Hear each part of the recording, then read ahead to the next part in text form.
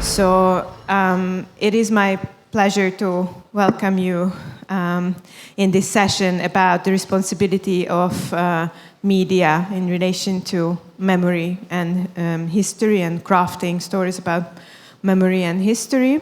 I'm Diána Vonnák. I'm a social anthropologist and a literary author from Budapest, Hungary, and I work at the University of Stirling in Scotland. And it is my pleasure to welcome our three amazing panelists. Lusine Kharatyan from Yerevan. She is also a social anthropologist and a literary author. We have a nearly identical background. She is a research fellow at the Armenian National Academy at the Department of Archaeology and Ethnology, and she's also a member of both the Armenian and the US PEN. Darko Brkan is the executive director of the Bosnian NGO Zašto Ne, if I'm pronouncing correctly, as an organization that is that specializes on monitoring political processes and participation, working with but against disinformation campaigns and providing fact-checking services. And our third speaker is Bohdan Shumylovych, who is an art history researcher and a historian who leads the educational programs at the Center for the Urban History of East Central Europe here in Lviv. And his research focus is on the history of media in Central Eastern Europe and the former USSR. So welcome all the three of you. It's great to be having you. And I'd like to start with a story.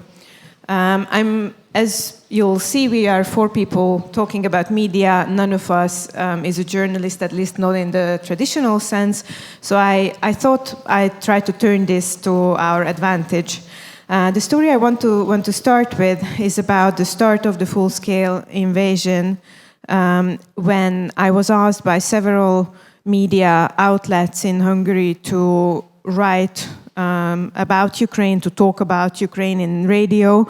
And this was opposition media in Hungary, so I did not have an explicit problem with editors or the media outlets' policies per se with regard to Ukraine. But what I encountered trying to, in that moment of rush and emotional upheaval, to answer the questions that I got, was a sort of dual gap.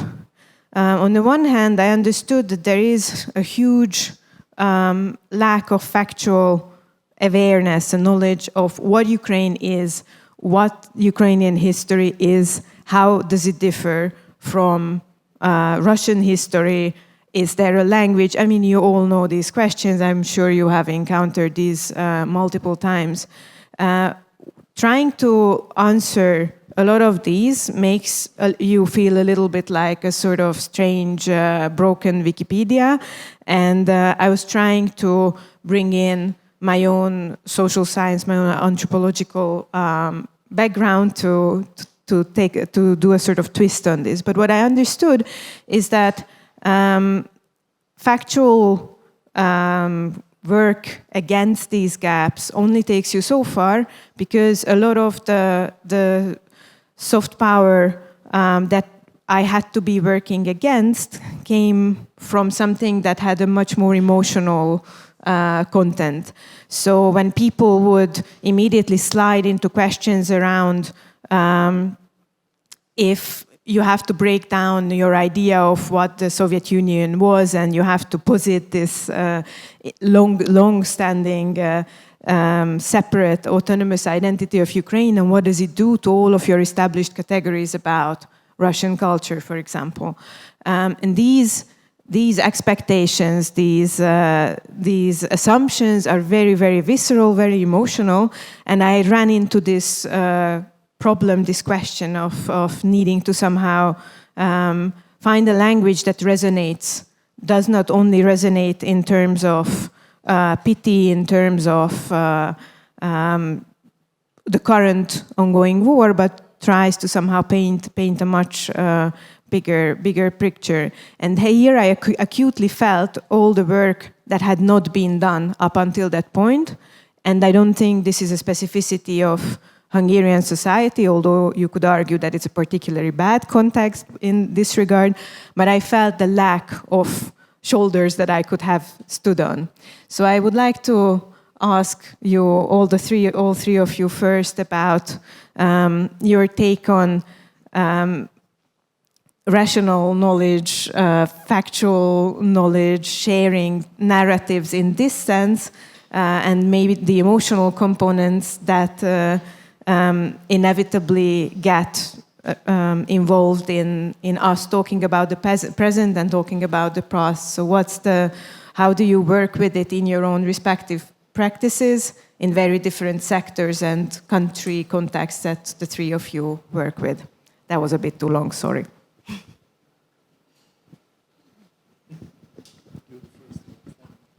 Lusine, yeah, let's go like this. Okay. It's a very interesting question. I personally have never been asked about Ukraine, but I can say that there are instances when the public knowledge is so far from whatever academic knowledge tells about things. So it is very often you are asked questions when you need to bring in narratives that are not heard usually, and it's a good occasion when journalists give you this possibility, because then you can at least raise things that are not part of common knowledge, and then you can somehow, or at least you feel that you somehow can change perceptions. However, I'm not sure that unless this gets part of mainstream media, how your knowledge is not niche and marginal still, because it still remains mostly very niche and marginal, and it's only a very small number of people who kind of are interested in that. Otherwise, when it becomes something which is already in mainstream media, then this knowledge can become demanded. So it very much depends on the political situation and the political stance. And when something is really very trendy, then this knowledge becomes more maybe required, because they need to prove a point that before that they even didn't want to have heard. So I think that's very controversial. For example, in case of Armenia, I cannot, I can say that there are some part of Armenian history which is not in mainstream media. For example, the relations with different minorities in Armenia before the collapse of the Soviet Union, particularly Armenian-Azerbaijani relations or difference in the relations before and so on. This would never be really part of mainstream media unless something changes in political climate and you want to give space to such kind of narratives as well. And I think that can be also true, particularly if you are in war, for example. I don't know how, I understand that many things about Ukrainian history have been silenced during the Soviet period. They have been probably silenced before the Soviet period and so on. And after the collapse, of course, these parts of history are supporting the creation of national identity, and they become even more active, which is quite understandable. But then when a war starts, other parts of history get silenced. So, and it's always a tricky situation as someone who has some sort of knowledge about usually a silenced history, how demanded you can be and how the narratives you tell can become part of public narrative or a master narrative. Just like an overall observation. Yeah, so I'll just make a brief kind of background disclosure before I start. I come from natural sciences, so I'm a computer science engineer and an economy major, and but I've been dealing with these issues for 25 plus years in one way or another, and whenever I've come across a decision on how I deal with issues of the past related to the present, my answer was I don't. But but that's a wrong answer because you have to. Yeah. That's the problem. Problem is that you have to, like, so for instance, a short story, just to start off, like, I started off my work as like a post-war person who wanted to kind of pacify and demilitarize the country where I live in, which is Bosnia and Herzegovina. And basically, like, my first task was like trying to get the conscription in the army away from the society, and I managed to do that. And then, like, my next decision was, where do I go next? And usually the people who did what I did turned over to, like, dealing with the past issues, working with the like, war traumas and stuff like that. And I never wanted to do that. Like, that's why I do what I do now. Like, I think that actually my connection from my perspective, interventions I do, my connection with the past is always in the service of the future.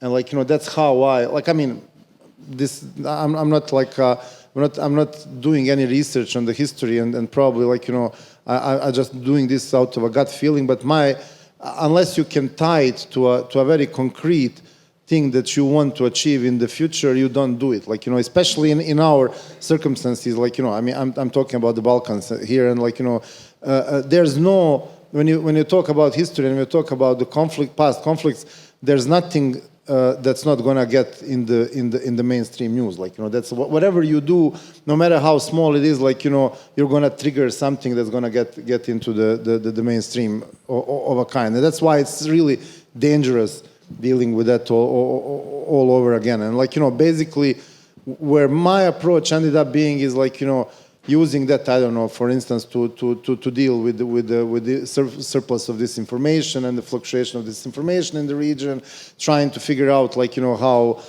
the different discourses are actually not consistent throughout the years of different, like, political parties in Bosnia or the region, in a way to show that actually they are just using the past discourses to, like, serve their own positions, and that they are actually even changing them as things go. And then, like, there's this whole thing that I might address later on, which is, like, I mean, I wouldn't even call it revision of history in the Balkans. I think it's reinventing history. I think it's like, because it has nothing to do with any historical facts. Like, we've been, like, there are people trying to explain the conflict of the 90s by reinventing the conflict of the Second World War, which is, like, total nonsense, like, in a way. So basically, that's why, I mean, I'm trying to stay as much as I can away from it, but, like, given the surroundings I live in, it's really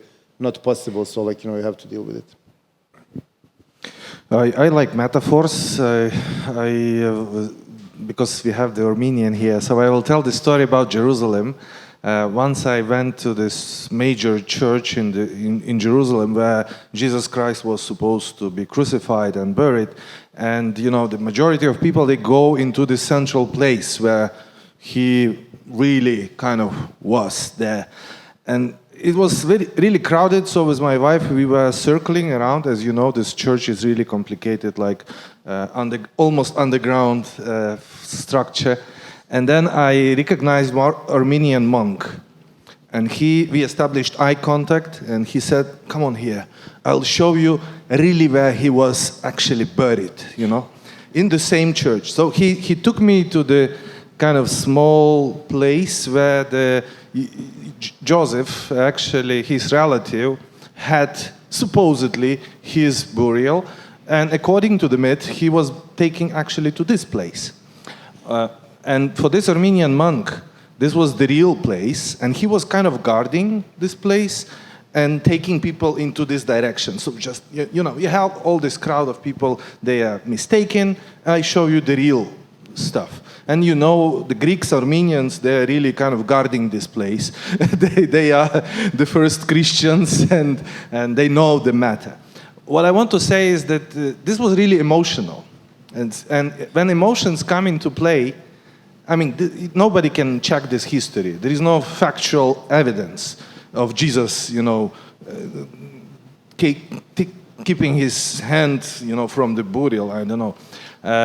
History is a factual, but still fiction, or based on facts fiction. And those who make histories more emotional, they are always winning. They will have you in various possible way on their side. Like this Armenian monk took me into his place. What I want to say is that academic history will always lose to media, and the only possibility is kind of to try to establish some bridges and to convey this factual knowledge, even though it might be boring, because normally people want to have beautiful pinky stories or ugly stories, but they need to be loaded with emotions. And this is the important difference. Historians, academic historians, they assume that emotions are bad. So yes, they avoid.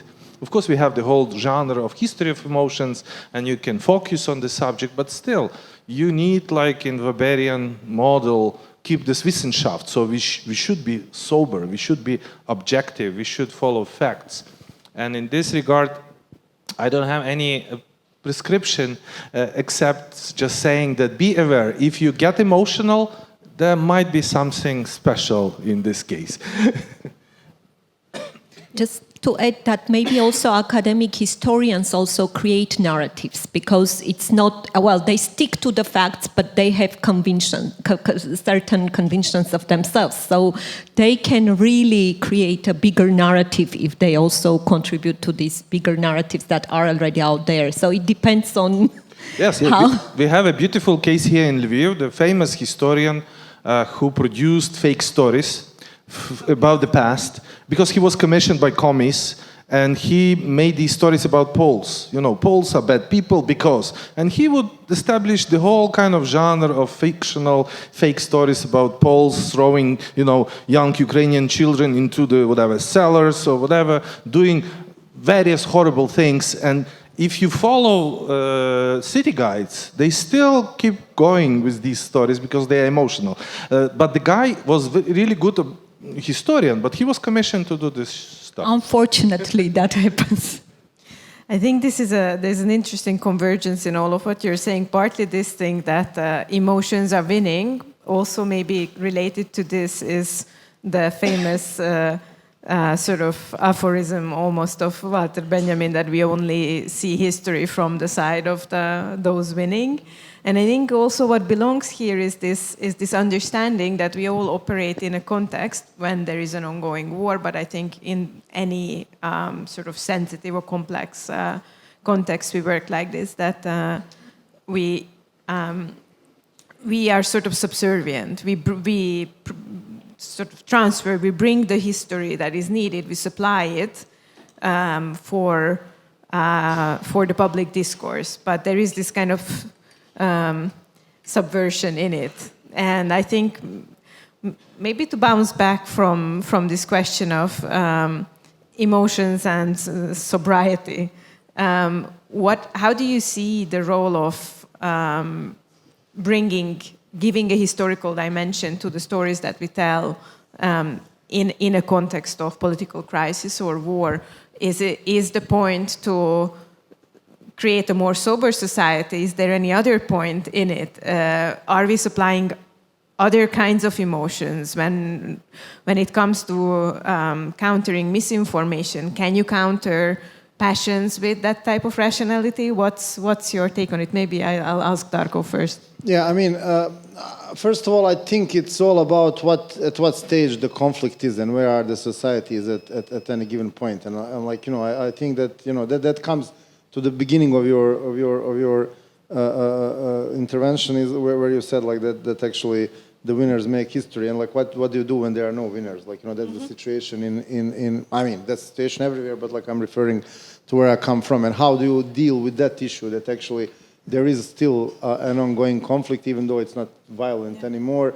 How do you deal with, like, you know, different versions of history and whatever? My solution to that is that, like, you know, you kind of think about that in the same way that you think about the credibility of the media. There's always a bias. There's always like some sort of a editorial decision. There's always some sort of ideology or whatever you want to push, but like, you know, if you break the rules, if you break the code by doing that, then it's wrong. Like, you know, so if you are willing to misinterpret the facts, if you're willing to make up facts, if you're willing to do anything that kind of damages the basic code of credibility, then it's a problem. Of course, you can have your opinion on anything. Of course, you can contextualize things, and you can, like, you know, potentially even serve a point that, like, you know, that other whatever, like, entity or society won't like. But, like, you know, generally, if you go, and you asked me about this information, if you go that way, then it becomes utterly wrong, because, like, you know, then the game is open for anything,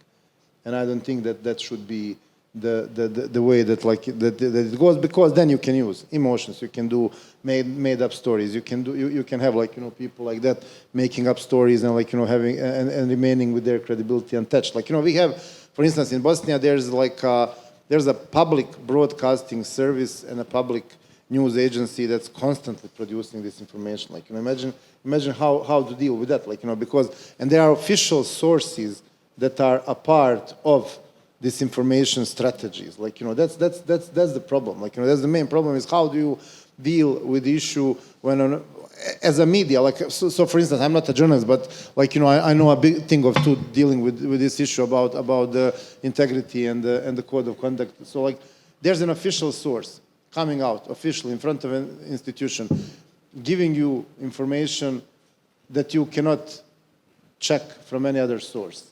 Do you publish it or not? And you have a hunch feeling that it's made up. You know, but, you know, like, still, it's an official source, and there's due diligence of media to publish a statement of an official source, like, you know.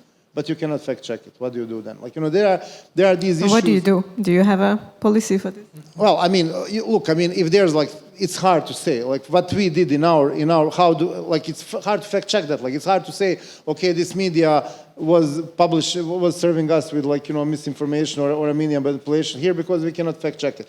Okay, there are some ways. So, like, you know, if there's no, if they haven't contacted the other side, if they haven't, like, made a balanced report or something, you can do it. But generally, no. I mean, like, you know, we've had examples of, I don't know, media claiming things and, you know, stating that they have, like, you know, two anonymous sources from, like, you know, that are separate and independent and coming from, and we know it's disinformation, but you cannot do anything about it. You can maybe say, okay, you didn't contact the person at hand that you are attacking with this to ask for their opinion. Maybe, like, in some cases, but in most cases you can't. And especially when reporting about conflicts, like, you know, many things you cannot fact check that are happening on the ground. Like, you know, how do you deal with that? I mean, I was a young person, but I know how the war reporting happened in Bosnia. And, like, you know, you cannot not, like, you know, be a part of some form of a orchestrated, like, you know, propaganda manipulation, because that's just the way it is in the conflict. But, like, at least now, from 20 years of perspective,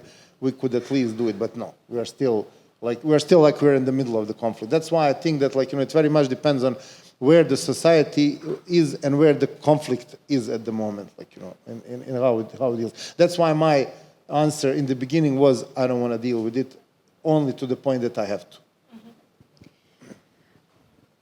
I think there is this, as with journalists and any other profession that deals with society, there is this ethical responsibility. So it's your ethical responsibility also to really try to base whatever you are saying on facts and not emotions only. And it's also your probably ethical responsibility to think it whether this is the issue you want to raise right now at this moment and in this context. And it's not always clear-cut decision, because sometimes we also, like, become very emotional and we start speaking about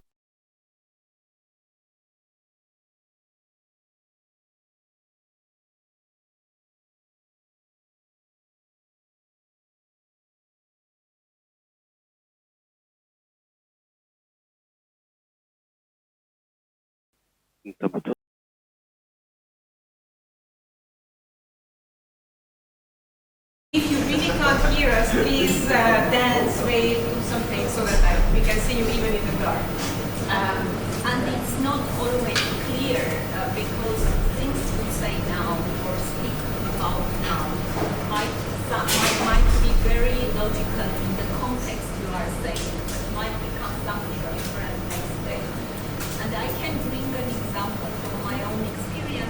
because before the last Karabakh war, before in 2020, with my colleagues, just a year before that, we published a book on traces of Azerbaijani presence in Armenia, and we kind of covered the Azerbaijani heritage in Armenia. It was okay at the time when it was published, but then when the war started and after the war, and it wasn't even like in Armenia, I wouldn't say it kind of caused big deal because it was okay and received okay. But after the war, it was very much manipulated by Azerbaijani media and cited as a source, proving that Armenia is Western Azerbaijan and it's not a country. So it's not always clear, and the decisions you make today based on the context you kind of work in, you never know how it can contribute to something else in the future. And it's not like I'm saying you shouldn't do that. No, it's just there is even more into your responsibility than you might feel and see when you are actually doing some things and when you are actually writing about some things or speaking about some things. Toto. Yeah. Okay. Yeah. There was a session with Germans before us, yes, and what I encounter is a bit different. It's still connected to emotions, but a bit different. For instance, you produce an article on female rapes during the war, and I wanted to use the word rape. And then editors refused completely. They said, no, just violence. We don't want to offend anybody. And for me, it's kind of, when you're from within the conflict, you don't understand why actually I need to restrain from saying harsh words, because they are rather true. This is not just violence, this is rape, a specific form of violence. Yesterday I discussed the issue with the head of the Museum of Children at War. They actually often go to Bosnia to learn. There is a beautiful project also there. And children, they make drawings with very violent content now, and they depict Russians as zombies, they express their desire to kill them. And then again, Germans would say, no, we don't want this harsh stuff to be published or whatever, publicized. And again, it's like this question, why do you afraid of these things? No, because we are kind of moderate society. But then from within the conflict, you don't see this in the same way. So I would say that sometimes emotions can be kind of form of manipulation, and I assume that they see this as a form of manipulation which comes from our side. But we see this as a form of truth, which is kind of biased truth, but then still. And it produces this kind of also strange relation that, for instance, in some places, in some countries, media are so kind of leveled that, please do not use bad words.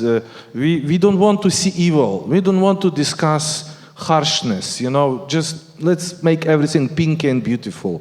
And this is also, I think, it's not a good thing to work for media, to create this non-real world, yes?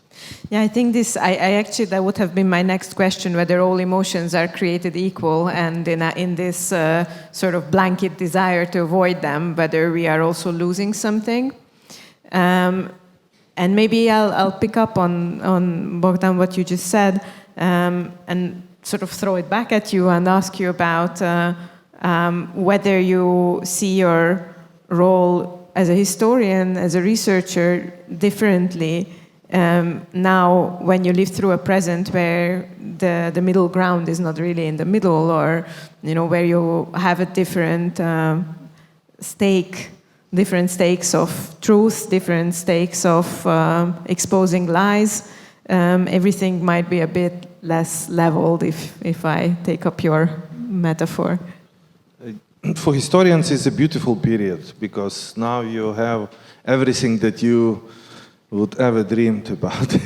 You live through the horrible life, miserable, and you see how people change, how everything changes, how manipulation works, and then you see history in different eyes. As you said, like, you can publish something on Azeris in Armenia, but then up in 2 years it becomes a wrong source, or it is manipulated. And And we continuously now reshape our focus, not just on the past, but how we interpret it from the perspective of todayness. Again, I've been to several good universities, and they would always, professors emphasize that rather colonial perspective doesn't work for the Soviet Union. And I see how now massively they turn to colonial, post-colonial discourse. And this was like 5 years ago, they would say, no, Soviet Union, like Yugoslavia, this is federation, this is something different. And of course it is different. But then you see how they switch modes of description. And it's academic world. So now everyone is popular who is talking about Soviet media empire. Yes, there was only one book produced in the US called Soviet Media Empire because editors allowed this to appear on the cover. Otherwise, they would say, no, you cannot call it Media Empire. Now, there is no doubt. Yes, this is Media Empire. Yeah, we know it. And I would say that we live through this continuous shuffle of reconsidering notions, concepts, and also facts. And it shows you that history is what I say, it's a fiction, but then factual fiction, so it's based on facts. To check facts, it's very difficult, as like in media. And the good editors, they check your facts, and that's why if you want to publish within academic field, you go to university press, because they will put you through the horrible process of fact-checking, peer reviews and everything. If you don't do this, you go to Routledge or whatever, you publish whatever you say, and it goes on the market after half a year.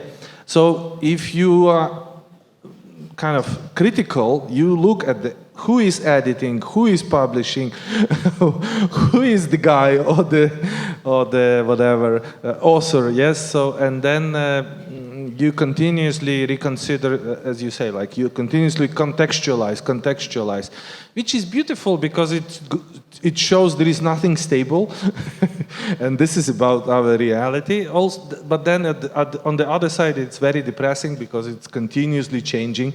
So I would say that relations between history and media is this kind of depressing and excitement continuously.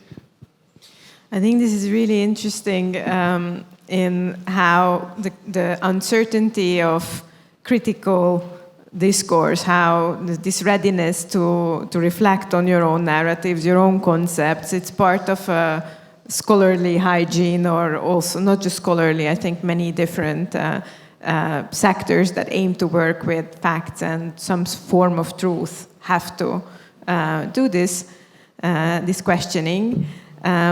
But it's also interesting to think about this shaky ground when otherwise the whole emotional point of misinformation campaigns is to make the audience feel like there is no stable ground, there is no truth, and ultimately there are only sort of stories that you can attach to different groups and perspectives. And I want to ask Lusine, you about this, how you work with for example, we can go back to this book example, or we can choose other examples as well. But how do you think about this relativism? Do you think there is anything to salvage from an old-fashioned approach towards facts? And is it our role to smuggle these facts into mainstream discourses, or how do you see all of this? It's a very complicated question in today's world when it's really getting more and more difficult to get meaning out of media, because it's media wars everywhere. Even if you are very well media literate, it's not always possible to really distinguish which is this misinformation and which is so. Whenever I see anything on news, even if it comes from a trusted source, it takes hours to check and to really then understand whether it is really what is happening or it is coming from somewhere there. So on one hand, it seems that we are constantly in this information flow. On the other hand, information does not get there faster, because then you have to spend more time on checking whether this is what I need to believe in or not. But this is this is not answering your question, probably. It's just I have been thinking about that in terms of what to do when something is already being manipulated and how you can react to it. For example, when these because this Azerbaijani propaganda media made a series of videos about this, and they were citing us as a source that is proving things that we were not, basically, for example. So, and we were even targeted by Armenians saying, oh, you are like traitor and so on. So my obvious choice at that moment, and maybe that would be the same choice now, was simply to ignore.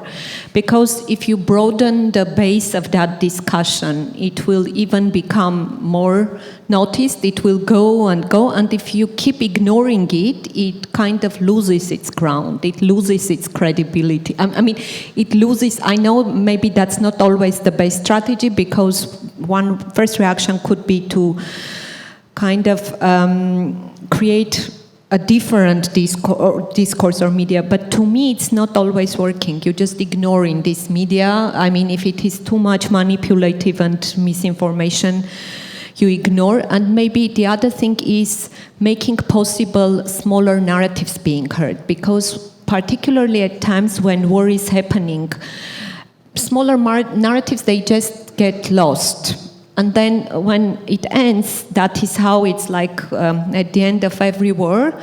As a Polish poet, Szamborska says, someone needs to reconstruct this world again. I'm not citing her directly, but basically that is about that. So maybe one of the roles of people like me, I don't know, is to kind of also record that part of history, that part of narratives that are not out there and maybe do not go out, but that you need to record, you need to keep them, because at the end, world is not only about this master story, it's not only about the bigger history, and it is much diverse, and the possibility of it to survive after a war is when it is possible to help these smaller narratives to survive the war.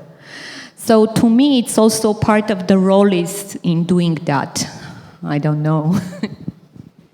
So in a way, you're saying that this is a creation of, on the one hand, islands of sanity, so not surrendering to the pressure. It's about islands of sanity, but also, for example, because we are now in Ukraine, and basically the entire war in Ukraine, as it is covered, for example, in Armenia, apart from facts like this happened and that happened, you would mostly not see that much about the war per se, because Ukraine has been actively, officially supporting Azerbaijan throughout the war. So it's kind of not a friendly country in the public perception as it is now. And then all the other narratives about Ukraine as we knew kind of go under that, and then you need to keep this space when it is possible. And I know several journalists from Armenia who specifically traveled to Ukraine to diversify the existing narratives, to bring human stories, to tell it through humans, and to also reconnect, to make this reconnection possible, to not allow Ukrainian narrative being perceived as only a narrative that supports Azerbaijani aggression, that officially somehow acknowledges that it's good and it's the first to congratulate Azerbaijan and so on. So it is a matter of choice, and therefore I think it's important in terms of how media shapes memory. It's important not to write about what has happened after when it has happened, but it's also important to work now and to record these narratives and to share them. I'll pick up on what you say about collecting things now, and that this will be partly, I guess, a defense against a simplifying, manipulative future. Darko, you live and work in a context that is, in a way, post-war, even if it's an unresolved conflict.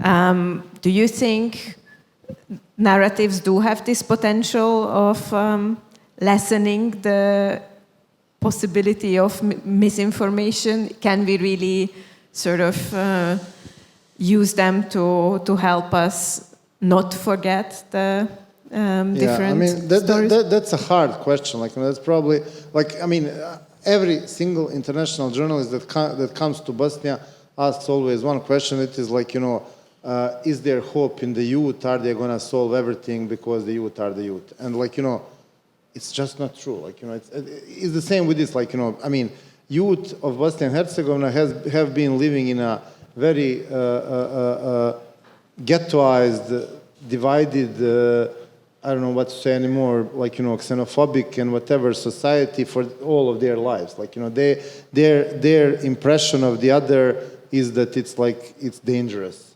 And, but, obviously there are chances, like, the exposure through traveling, the exposure through the internet, whatever it is, like, gives you a chance. The same way here, like, it's all about how do you interpret it, who is the one interpreting it, who is the one publishing the stories. If there was like a, like a vast consensus of different actors in Bosnia that, like, we should definitely stick to the narratives that are going to be, like, kind of more unifying and are going to build the notion of and kind of disclose the conflict for what it actually was, then by now we would have a perfectly normal society. Like, and I'm not saying that it's not possible. I'm just saying that, like, I think that these, to use the same metaphor, I think that these islands of sanity, only if they are brought together into a big front, and that they can actually move things, like, in a unified manner.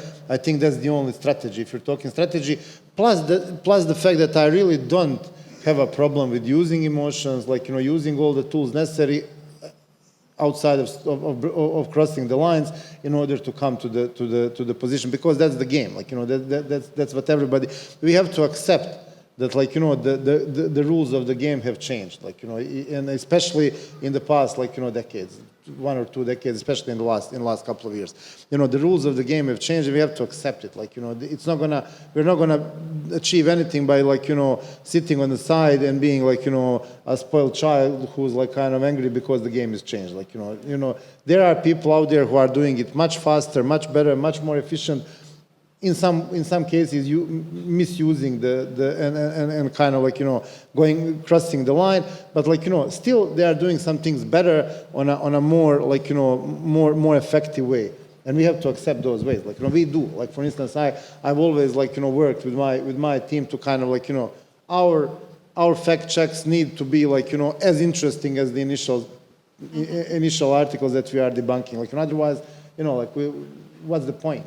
Like, I mean, I'm not gonna be a tabloid yellow media, but, like, let's go to that line a little bit. Like, I mean, you need to like, accept that like, currently attention span of people is like non-existent.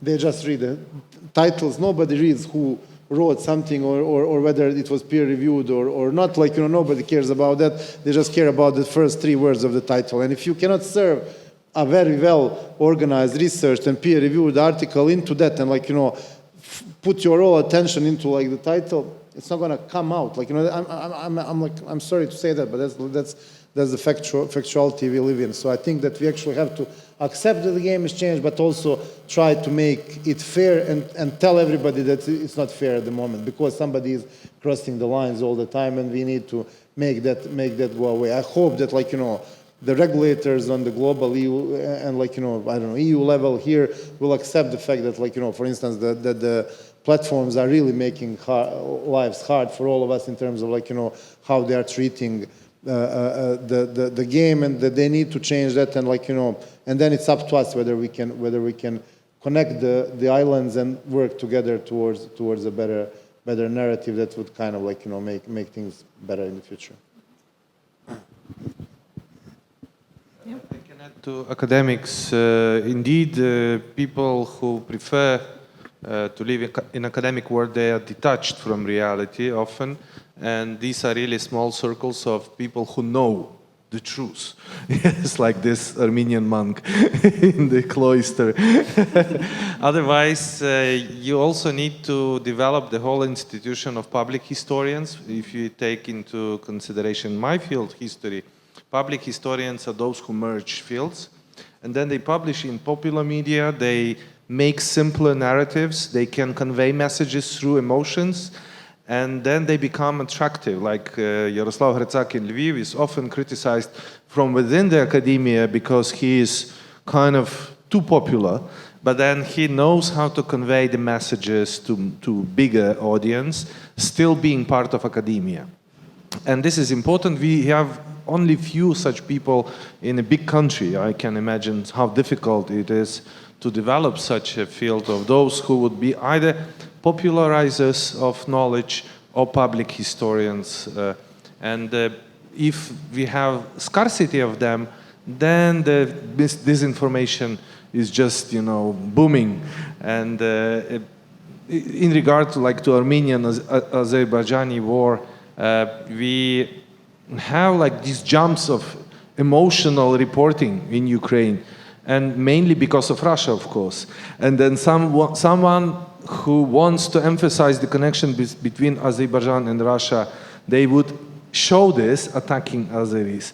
Others would show the connection between Armenians and Russia, but all the time it's Russia somewhere. Yes, so they use the enemy kind of to convey the message about others. Generalizing, making these Hungarians, generalizing everyone behind Orban, which is very simple for media because it's useful. Why not to say that all Hungarians like Orban because they voted for him? But we've seen now in Slovakia, not all Slovaks love their rulers. They can even try to kill them. So, as you say, these diversified stories, they give more kind of this relational attitude that, for instance, I have a friend who is Armenian, I always check with him. So I call him and he says, oh, this is bullshit, this is bullshit.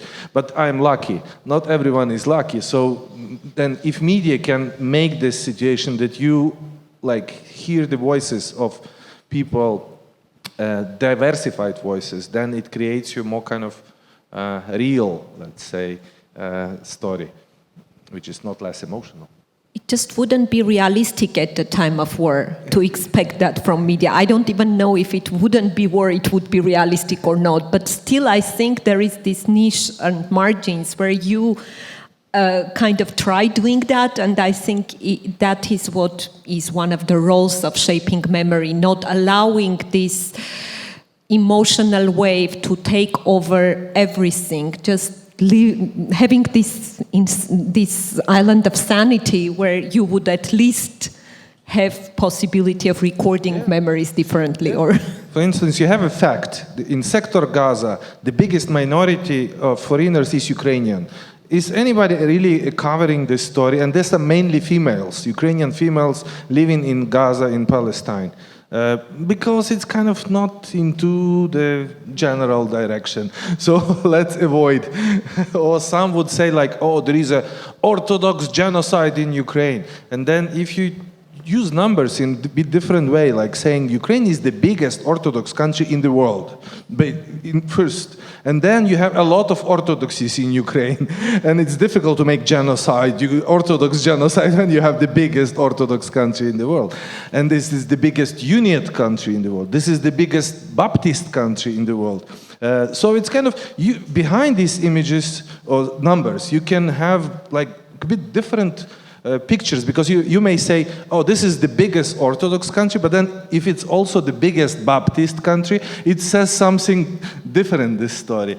So it depends, of course, how you use this, but this is not a masterclass for manipulation. But rather... This is almost optimistic, so I think I'll play Socrates a little bit and push back. I was recently reading a Chinese novelist called Jan Lanke, and he writes a lot about silence and this prolonged presence of silenced histories in China. And he teaches, he often teaches in Taiwan. He teaches both in Beijing and in Taiwan. And he describes how when he tries to talk about the famine that happened in the context of the Cultural Revolution and that is not discussed at all in China. When he tries to teach about that to Chinese students in Taiwan, he hits a wall. And there is this assumption in the heads of these students that if this was indeed something that they should have known about, and of course you should have known about something as big an atrocity as the death of several million people, then it would have been part of the public conversation back home. So even when they have some sort of critical attitude towards the Chinese regime, they assume that something would have reached them. And I think it's very interesting to think about the sort of long-term impact of repressive silence, misinformation. This is very important, I think, to think through in any post-Soviet context. What decades of that strategic manipulation and repression have done with memory, and also it's a bit of a sobering counterbalance to, I think, the very human, almost narrative need to think that the truth will somehow ultimately surface. I have a big worry about the ability or the resilience of truth to really come back when you have more than 2 or 3 generations of this kind of repressive silence. I'm not sure. This is not really a question, I guess. It's more of a provocation. So maybe Darko, could you, because you said that you talked a lot about the official misinformation strategy that is led by the state. I can relate to this very much. In the past 15 years in Hungary, it is doing things, and this is just 15 years. It's not so much in the case of Hungary. So this is, how do you see this? Yeah, that's like, I mean, there are like with everything that you touch upon here, there are 2 sides of the coin at least, like, you know, and there are 2 sides of the coin there. One is that, like, you know, actually, you know, the what we think of history in the end, as you already said, that, like, you know, it's more of a social contract on what you actually want to believe, what history is and how it affects our current and present lives, and I lived through that. I mean, let me tell you a personal story. So, like, you know, my grandfather, so, like, from my father's side, I didn't know him. I never met him. I knew that he died in 1945. And, like, you know, I never knew the story. But, like, you know, being, you know, child brought up in socialism in Bosnia, I was like, kind of, okay, he was, like, whatever, a soldier, partisan, died in the war and whatever, like, you know. And then, you know, in 1993, accidentally, in a quarrel with my uncle, I learned that he was like a part of the Ustaše, of the Croatian fascist army in the war. Actually, he was not a part of that. He was wearing a military suit, but he was working for the railroad in Sarajevo. But, like, then at the end of the war, like, these old guys got, like, taken away and were, like, basically killed in Austria, in Bleiburg. And I learned of that then, like, I mean, it didn't change my perspective of, like, you know, the history of anything, but, like, I can see clearly how it can.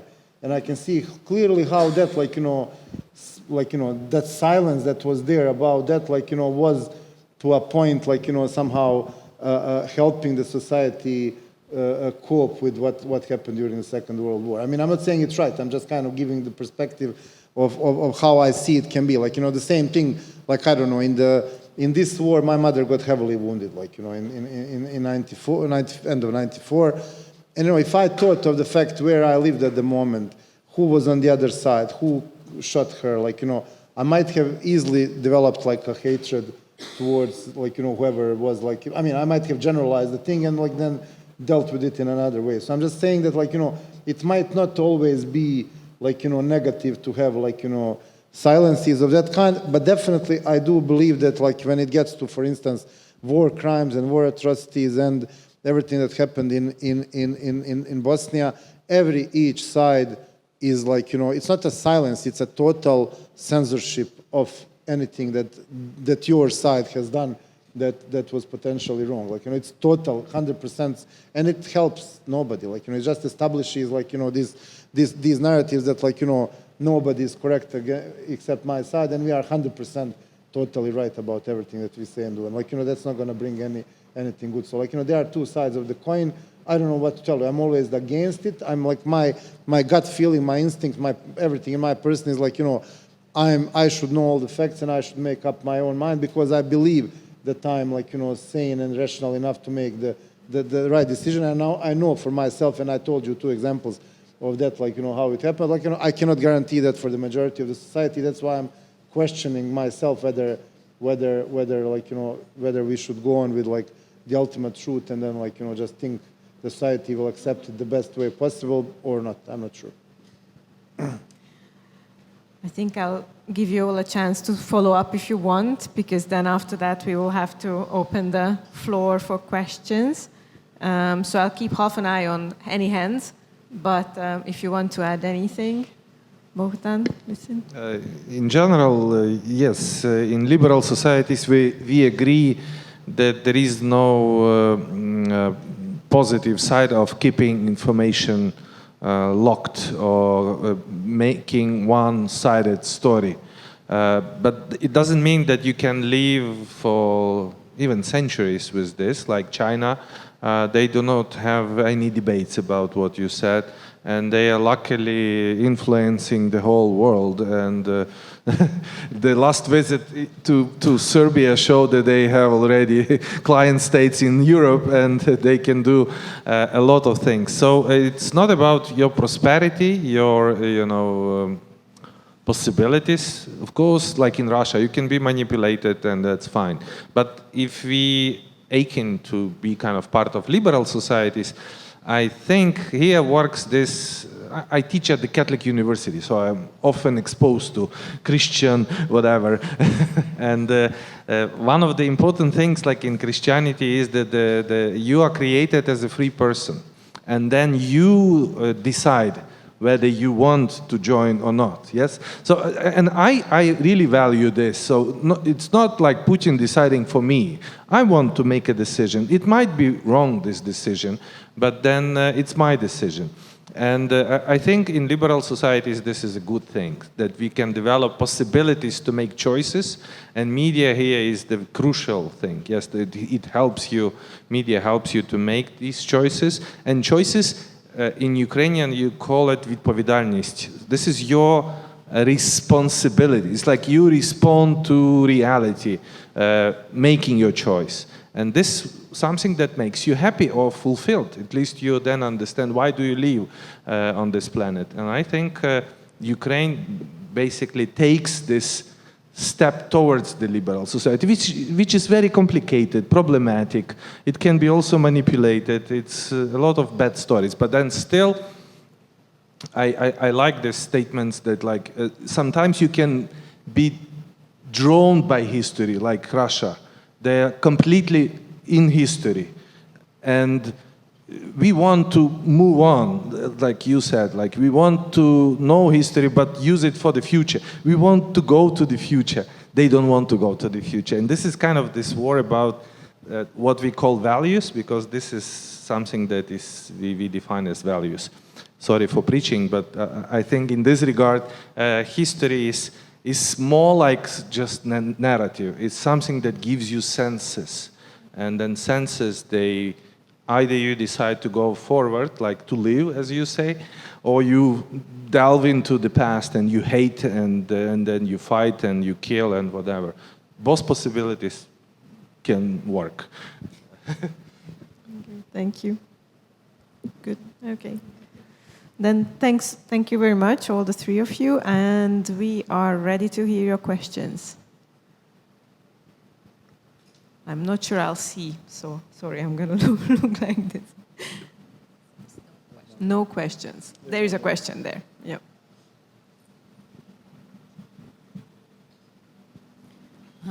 Margin Turashvili Media Development Foundation. Kremlin utilizes a shared history and common religion to achieve political agenda. How effective is this tool, especially so-called Ruski Mir concept, which tries to present the West as a pervert one on the one hand, and Orthodox Russia as a third Rome, defender of our traditional identity. And we see similar messages in the Western media. Tucker Carlson was mentioned multiple times. What happens in your part of the world in this regard, and what's the impact of these propaganda tools? Thank you. This is a question to everybody. Everybody, whoever wants to take it. I mean, that's easy. Like at least the Balkans concerned. Like I mean, it's a strategy that's being used in the Balkans, but pretty much everybody. Like there's this like Srpski svet, Serbian world that everybody like. That's the same thing. Like basically, yeah. Then like there's like this. There are similar, even though like a little bit more schizophrenic, like kind of moves in Croatia. Then there's like this whole Islamic part of that, like that comes through Bosnia. So like, but it's just the different version of the same narrative, and it works. But like in the end of the, just want to like kind of tie with what you said before, is that like when you ask somebody, for instance, now I live in Montenegro, and there's a lot of people that are kind of really let's say pro-Russian. They're like but when you ask them like okay, you're pro-Russian, but like would you rather live in Russia or Germany? They would always choose Germany. So like there's a narrative, and then there's like what they actually, how free they want to be in their own personal surroundings. Like so they want to kind of like at the same time they have this like traditional whatever allegiance to the East, but like most of them, when you ask them, would rather like live and produce in the West, like which so my thing is like I think that like setting people between these like controversial issues is kind of gets their minds going, no matter how susceptible to this information they are. Once they see a contradiction in what they're thinking of, so that might be a good strategy, like like bringing contradictions to the people that will like kind of give them some sort of a brain exercise that when they might actually change their opinions. I think in Armenia they are losing the ground because that's like what I hear. Before I wouldn't say like they would have probably more supporters, but now we see it's more and more losing ground, and particularly with the recent developments which obviously showed that they do not value human lives at all. So if we speak about value divide, it's either about you value the right to life as a basic value, or you don't. So if you don't value it, then it's out of any conversation. So whatever remaining ground they have, it's pretty small. So I don't think it is really working. If it comes to history, there are good examples, again, in liberal societies. So for instance, Ukrainians, Lithuanians, and Poles, they share the same history. But then who owns this history? Yes, this is the very problematic issue. Like this city was crucially important for Poles. They would say this is Polish city. For Jews, they would say this is Jewish city. It was important for Armenians also. And now it's Ukrainian. But how do we deal with sources, with the past? How we treat these sources? And few days ago, there was a commission between Poles, Lithuanians, Ukrainians. I think there were some other archival specialists, like the heads of the archival institutions. And they signed a treaty which defines that if you have a source, like a book or whatever source, a sword, some artifact, in Poland, Ukraine, or Lithuania, which is connected to this common history, let's call it shared artifact. So there is no one single kind of possibility to define it. And they came on the common ground. This is only possible in liberal society, that, okay, let's try to mingle. Let's try to get together and understand how our common history can be taught in the school, because this is important, yes? And then you see on the other side, like this totalitarian practice of Putin calling his guy, oh, come on, show me the map, where is this? No, Ukraine. You see how I have the proof. Yeah, so then you see how history is used for manipulation. And I believe that in liberal societies, even though it's complicated, there are much more chances to develop these what you define like Ruski Mir, European world, whatever, shared histories, with the convention of not killing each other, not making troubles to each other. Because like in Balkans, it's impossible to make these stories separate. They are always intermingled. They have to live together, and they create common history, though now they have different entities. So you need to find a way out. Any more questions? Is that a hand? No, that's head. Scratching a head. Yes? Hi, I'm not a journalist, but I'm studying it, so I have a question to all of you. As you know, we have an ancient history about that some countries rewrite stories about other countries to their taste. So how media can avoid this or help to avoid this? You're saying that, like, how to avoid that one country writes an history about another country? Not write history, they are lying about this history. Are lying about history, yeah. Well, I mean... There is no one recipe. You can't really say that you do some things and then media would report honestly. I don't think there is a recipe, but history is not rewritten to the taste of somebody. It's rewritten to the ideology.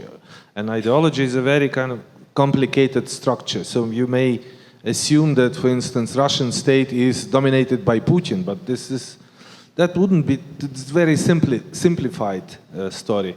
So my personal recommendation to media would be make stories complicated but emotional. So avoid simplifying things like Putin does. And then if you have complicated but emotional, that's what you said. Darko says that you need to sell this story also to people to make them associate these stories with themselves. The popular answer, would be to introduce multi-perspectivity.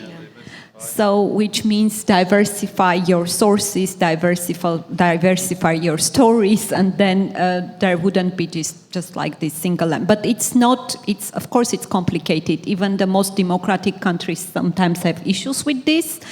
And if we speak about authoritarian and totalitarian regimes, then it's nearly impossible, or it's impossible. So it is, if you live in democracy, there is more possibility for that. So try to provide multi-perspectivity. That would be the solution to me. At least the one which is used now. I think I'll take this a step even further, and because the ideology and our prejudices are always present in how we ask questions. So I don't think it's just the sources and the stories that you need to diversify, but it's a good idea to try to catch yourself asking the wrong question. So I started with this sort of slight lament about trying to work with Hungarian media and navigate this lack of information in Ukraine. And sometimes when I was really frustrated, I tried to throw back the question. For example, the language question. I would ask things like, do you think that Ireland and the UK are different? Their histories are obviously intertwined. There is even a colonial connection between the two of them. They currently mostly speak the same language. The fact that there is English language literature in Ireland, does it make it British? Obviously not. And the fact that they would be able, through this kind of sideway example, to catch themselves that this is something that they apply in one context, they do not apply it in the other context, makes them, I don't have to then preach to them that the question was stupid because it becomes obvious. And I think these kinds of sideways comparative, checking with yourself. Would you ask the same question about a different place? Would you use the same adjective about a political regime in another country? All of these things, I think, help to get rid of our own ingrained, like sort of lazy languages and just tired ways of looking at the world, and that might help. Maybe to even add to that, if you are not sure that at the end you reach this level, it's always like that. It's better to put it up front, your own like who you are and from which position you are writing about this, because it's more honest and it shows the limitations of whatever you are doing, and it shows the limitations of whatever multi-perspectivity your texts bring in. So, just to add. Do we have a last question? Yes, we do.